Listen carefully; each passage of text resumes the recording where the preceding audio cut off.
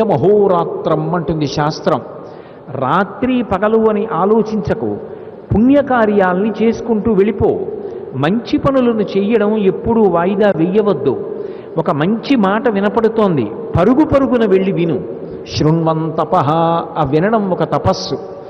ఒక మంచి పని ఉంది, దానికి ఆసరాగా నిలబడు. అది ఒక గొప్ప అవకాశం, జారిపోతే ఇంక నీకు రాదు. రామనామం ఉంది, పరమేశ్వరుడు నోరిచ్చాడు, రామనామం పలుకు, నిన్ను కాపాడుతుంది.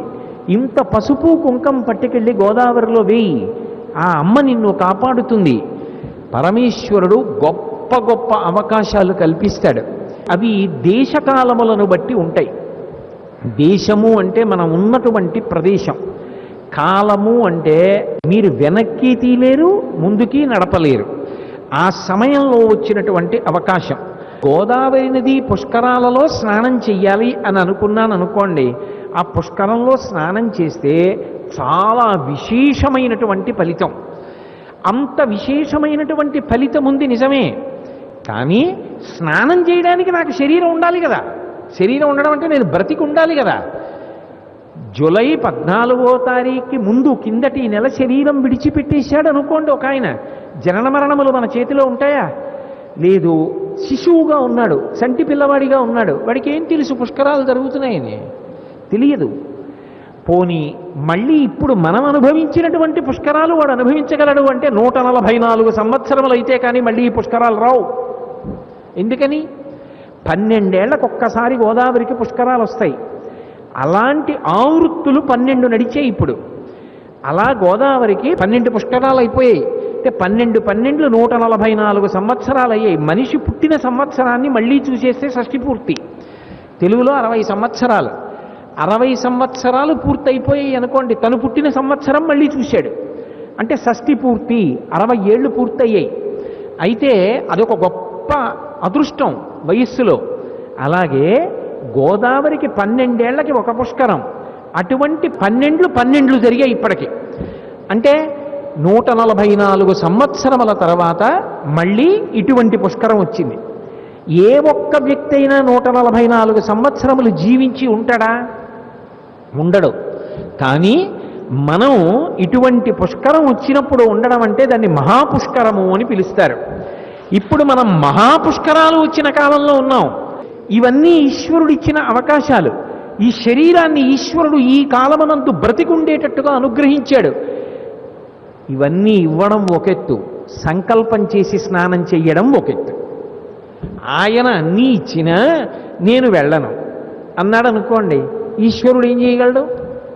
అమ్మ అన్నం వండి పెట్టగలదు, నవకాయ పిండి వంటలతో అన్నం వండింది, కడుపులో ఆకలి ఉంది, వాడు వెళ్ళడు, అన్నం తినడు, వాడి ఆకలి ఎలా తీరుతుంది?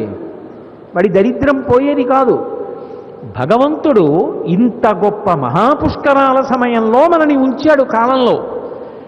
ఆ సమయంలో మహాపుష్కరాలు వస్తున్నాయి, నువ్వు వెళ్ళి స్నానం చెయ్యి అన్నాడు. నేను చెయ్యనంటే, నేను ఉపయోగించుకోని అవకాశం అంటే ఈశ్వరుడు ఏమైనా చేస్తాడా? వాడి దురదృష్టం అనాలంతే. వాడు పరమ అదృష్టాన్ని చేతికి అందిస్తే దాన్ని వినియోగించుకోలేకపోయాడు. ఎన్నో చోట్లకి తిరుగుతున్నవాడు 3 మాటలు మునిగి వెళ్ళిపోయాడు అనుకోండి, వాడు పొందేటటువంటి పుణ్యం అంతా ఇంత కాదు. కానీ దేశము కాలము ఈ రెండు ఉన్నాయి. ఈ రెండిటికి మధ్యలో ఒక మాట ఉంది, శ్రద్ధ. శ్రద్ధ అంటే అలా ఉంటుందా అండి? ఇప్పుడు స్నానం చేస్తే నాకంత ఫలితం వస్తుందా అండి అంటే జీవుడి యొక్క ఖాతా పుస్తకాన్ని తీసుకొచ్చి నేను చూపించగలనా?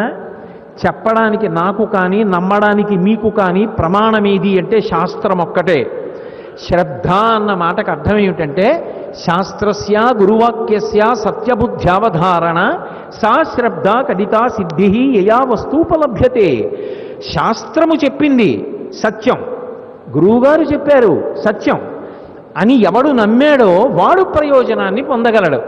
ఒక్కరోజు వెళ్ళి గోదావరిలో మునక వేసి స్నానం చేసి ఇంత ఫలితాన్ని పొందరా, నిన్ను అనుగ్రహిస్తున్నానని ఈశ్వరుడని దేశకాలముల యందు ఇంత ప్రయోజనాన్ని ఆయన కట్టబెడితే వెళ్ళలేకపోతే, వినియోగించుకోకపోతే, స్నానం చెయ్యకపోతే, నమస్కరించకపోతే ఎవడు ఉద్ధరించగలడు?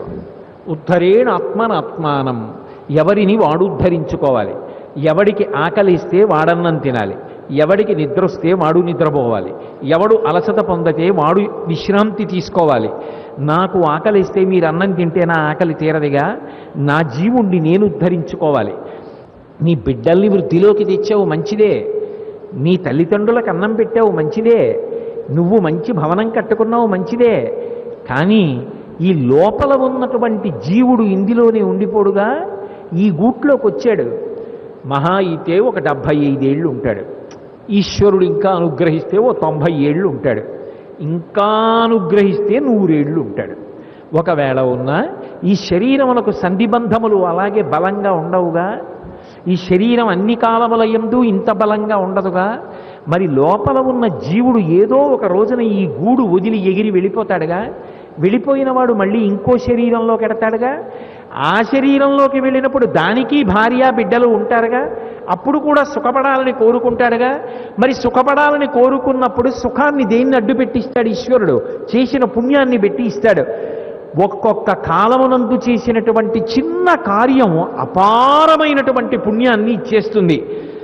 అస్తమానం రమ్మంటే పుష్కరాలు వస్తాయా? నువ్వు వచ్చి స్నానం చెయ్యాలి, చేసి తరించాలి, అంత పుణ్యాన్ని జీవుడికి మూట కట్టాలి. నీ జీవుడి గురించి ఆలోచించకపోతే రేపు పొద్దున్న ఇది విడిచిపెట్టేసిన తరువాత ఎవడు నీకింత పుణ్యాన్ని తీసుకొచ్చి కట్టబెట్టగలడు, నీకు నువ్వు కట్టబెట్టుకోకపోతే? sa sa pa pa pa pa pa ma ni sa sa ni sa